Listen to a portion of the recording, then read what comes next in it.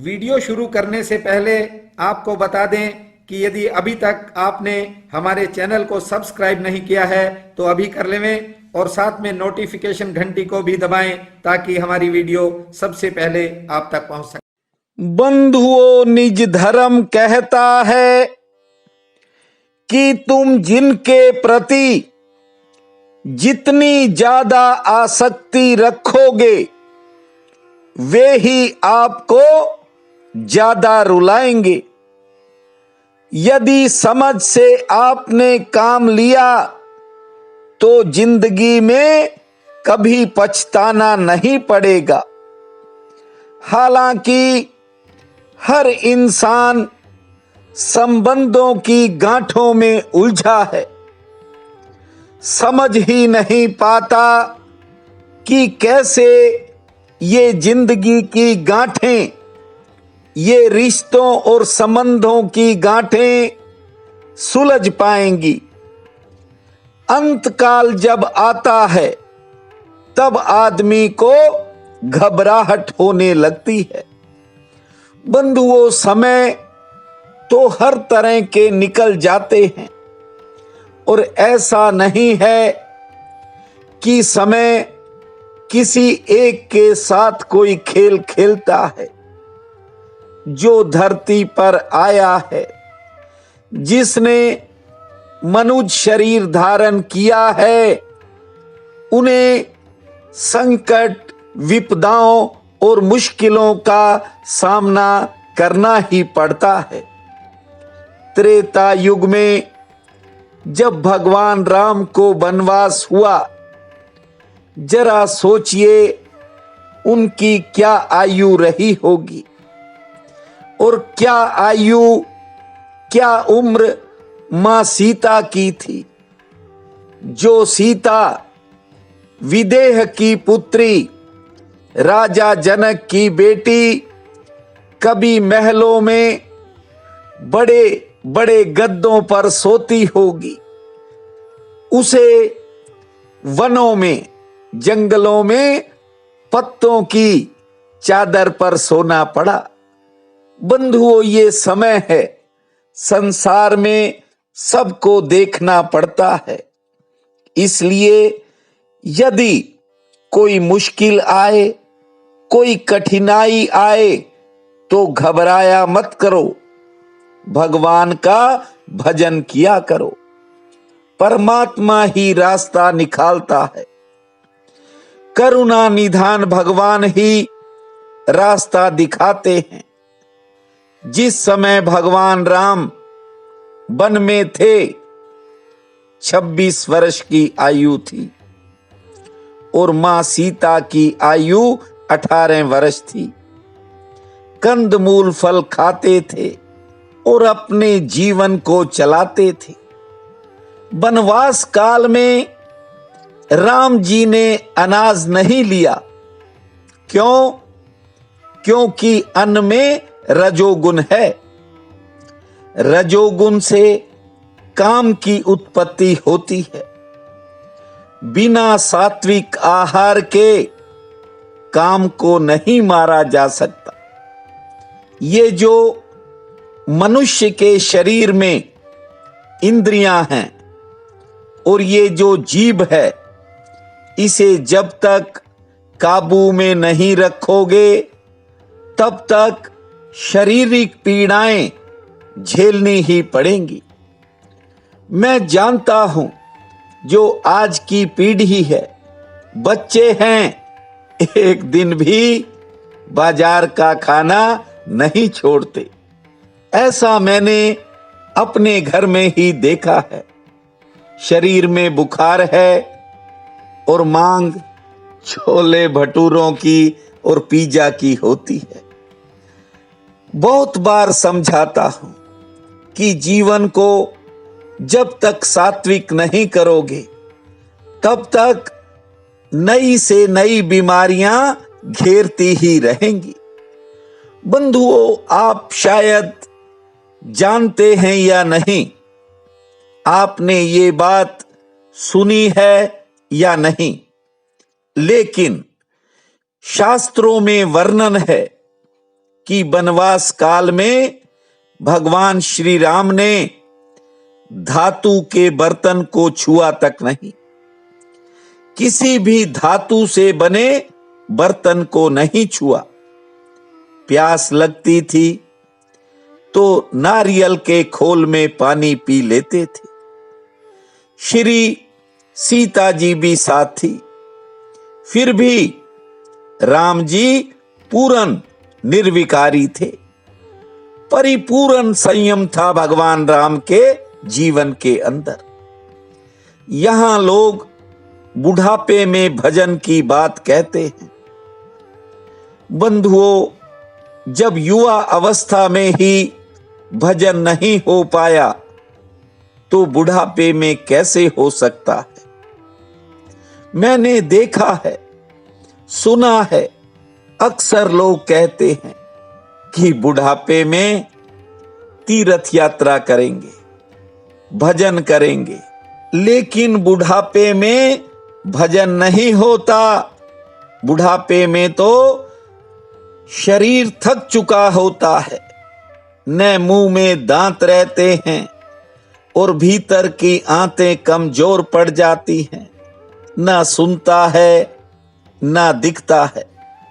कंठ में जो स्वर नलियां होती हैं वे कफ के कारण रुक जाती हैं। इसलिए कहता हूं, शरीर को थोड़ा संयमी बनाया करो। पहले मैं ज्यादा बार एक समय भोजन की बात करता था। एक दिन पत्नी ने कहा कि आप लोगों को भूखा मार दोगे। मैं कहता हूं, जितना आप कम खाओगे उतना आप ज्यादा खाओगे। मेरे कहने का अभिप्राय यह है कि जो कम खाता है वह ज्यादा समय जीता है और ज्यादा खाता है। इसलिए जीवन में थोड़ा संयम बढ़ाया करो। हम सब गृहस्थ में रहते हैं, घर परिवार है और प्रभु राम ने संयमी जीवन जीने का नियम बनाया था। पहले तप किया, 14 वर्ष वन में तप किया, तब जाकर के राजा हुए थे। बंधुओं, भोगों से सावधान रहो।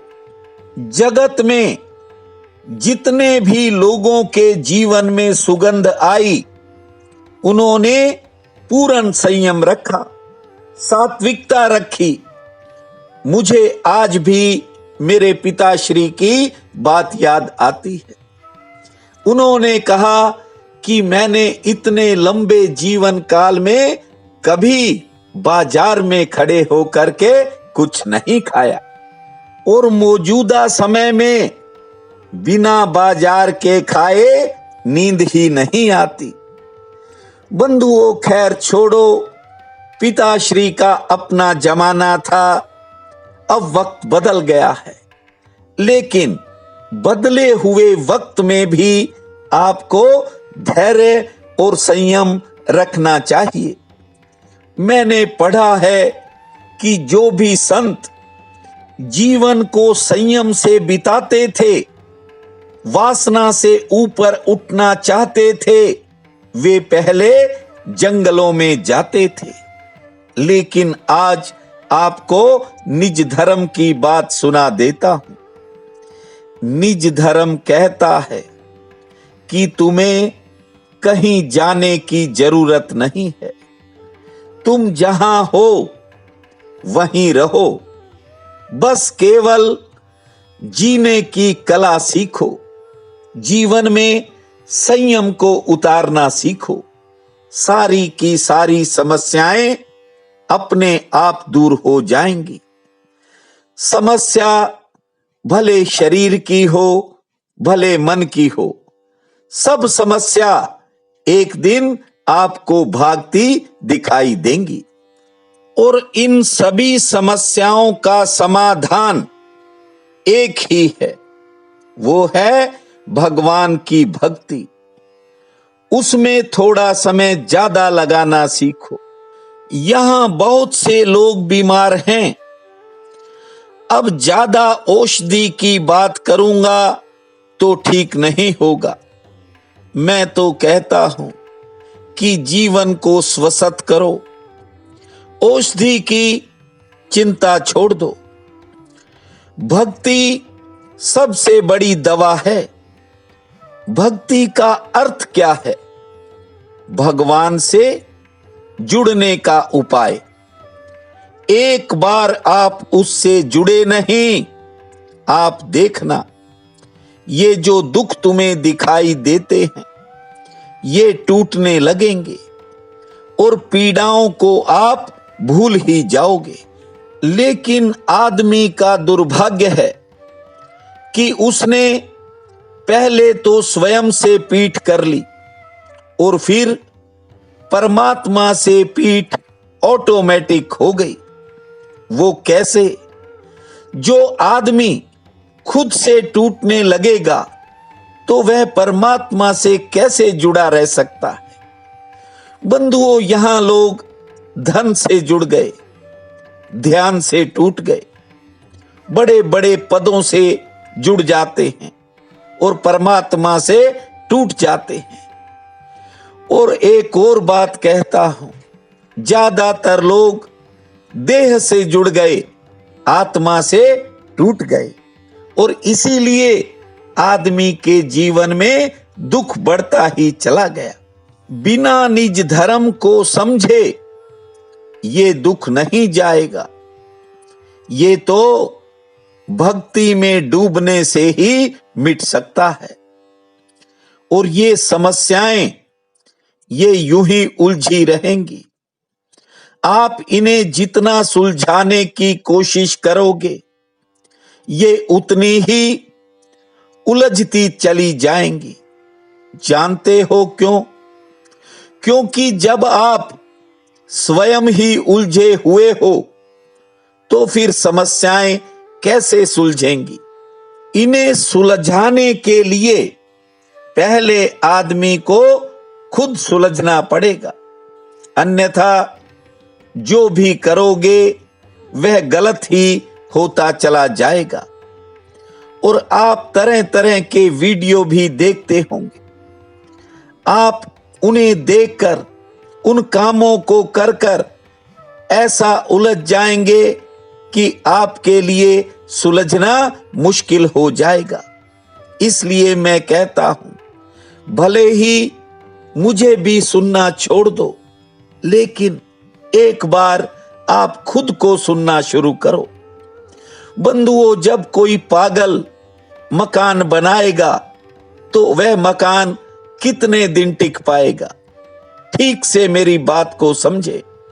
मैं कहता हूं कि आपके भीतर प्रकाश के स्रोत हैं, बस एक दिया जलाने की जरूरत है। जानते हो, जब रात होती है सभी पक्षियों के कंठ बंद हो जाते हैं। कोई कितना ही कहे पक्षी कैसे गीत गा सकता है, लेकिन जो ही सुबह सूरज निकलता है पक्षियों के कंठों में अमृत बरसने लगता है। इसलिए कहता हूं, एक बार निज धर्म की छाया में बैठ जाओ, सारे सुख अपने आप आपको दिखाई पड़ने लगेंगे और दुख नाम की आपके जीवन में कोई चीज ही नहीं बचेगी।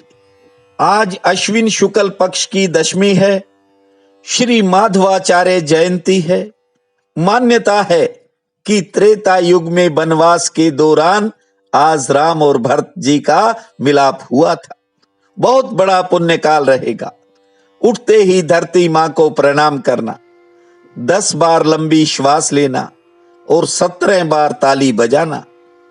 भोलेनाथ को स्मरण करते हुए खुले आसमान को निहारना, भगवान शंकर के शिवलिंग पर, उनकी प्रतिमा पर फल फूल चढ़ाना, किसी पशु को दोपहर में थोड़ा गुड़ खिलाना और शाम के समय तुलसी के पौधे के नीचे एक दीपक जलाना। भूमा शंकर, भूमा शंभु, जय हरि माधव, जय शिव शंभु। एक बार फिर उच्चारण कर रहा हूं, भूमा शंकर, भूमा शंभु, जय हरि माधव, जय शिव शंभु। इस महामंत्र को जपना कोई नई शुरुआत होगी। प्रिय बंधुओं व मातृदेवी शक्तियों, आज 26 अक्टूबर दिन सोमवार है। आप सबको मेरा नमस्कार है। आज का राशिफल इस प्रकार है। मेष, दिन लगभग ठीक रहेगा। मन थोड़ा थकावट महसूस करेगा। किसी काम में भाग दौड़ रहेगी। गृहस्थ से जुड़े किसी काम में कामयाबी मिलेगी। कारोबारी लाभ सामान्य मिलेगा। वृषभ, आमदन के लिए दिन मध्यम श्रेणी का रहेगा। सरकार से संबंधित कामों में सफलता मिलेगी। कोई रुका हुआ काम बन सकता है। मित्रों का सहयोग मिलेगा। मिथुन, कार्य क्षेत्र के लिए दिन फायदे वाला है। कोई बड़ा फायदा भी हो सकता है। सेहत सामान्य रहेगी। नए लोगों से मुलाकात होगी। कर्क, आज कोई रुका हुआ काम बनेगा। गृहस्थ में कोई खर्चा बढ़ेगा। दूसरों के काम आपके किसी निजी काम को प्रभावित करेंगे। सचेत रहें और यात्रा संबंधी कोई विचार होगा। सिंह, किसी खास व्यक्ति से निराशा मिल सकती है। मन में कुछ बातों को लेकर दुविधा बन सकती है। हालांकि कारोबारी सितारे ठीक हैं। आमदन ठीक होगी। किसी काम में थोड़ी प्रतीक्षा भी करनी पड़ सकती है। कन्या, महत्वपूर्ण काम में आज कामयाबी मिलेगी। अधिकारियों का सहयोग मिलेगा। सेहत के प्रति सचेत रहें। संतान संबंधी कामों पर खर्च होगा। तुला, आमदन के लिहाज से दिन ठीक है, लेकिन कोई घरेलू परेशानी मन को घेर सकती है। कारोबार में कोई नया अवसर मिलेगा। सेहत लगभग ठीक रहेगी। वृश्चिक, कारोबारी सितारे उत्तम हैं। कोई एक्स्ट्रा इनकम हो सकती है। कोई शुभ समाचार भी आ सकता है। सेहत पक्ष सामान्य है। धनु, दिनचर्या में उतार चढ़ाव रहेगा। किसी विशेष काम में भाग दौड़ होगी। आमदन के लिए दिन ठीक है। परिवार में किसी बात को लेकर कहा सुनी हो सकती है। मकर, किसी काम के बनने से मन प्रसन्न होगा। यात्रा में सचेत रहें। सेहत ठीक रहेगी। किसी काम पर खर्च होगा और घरेलू मोर्चे पर कोई नया साधन बन सकता है। कुंभ, आमदन की दृष्टि से दिन सामान्य रहेगा। आज कोई नया साधन भी बन सकता है। घरेलू कामों पर खर्च होगा। संतान से किसी बात को लेकर मतभेद हो सकता है। मीन, आज किसी जरूरी काम के कारण यात्रा होने का योग है। अधिकारियों का मित्रों का सहयोग मिलेगा। आमदन ठीक होगी। सेहत पक्ष थोड़ा नरम है और कोई शुभ संदेश भी मिल सकता है। आज का ये दिन आप सबके लिए अति शुभ फलदायी हो, यही मेरी प्रार्थना है। आप सबका बहुत बहुत धन्यवाद।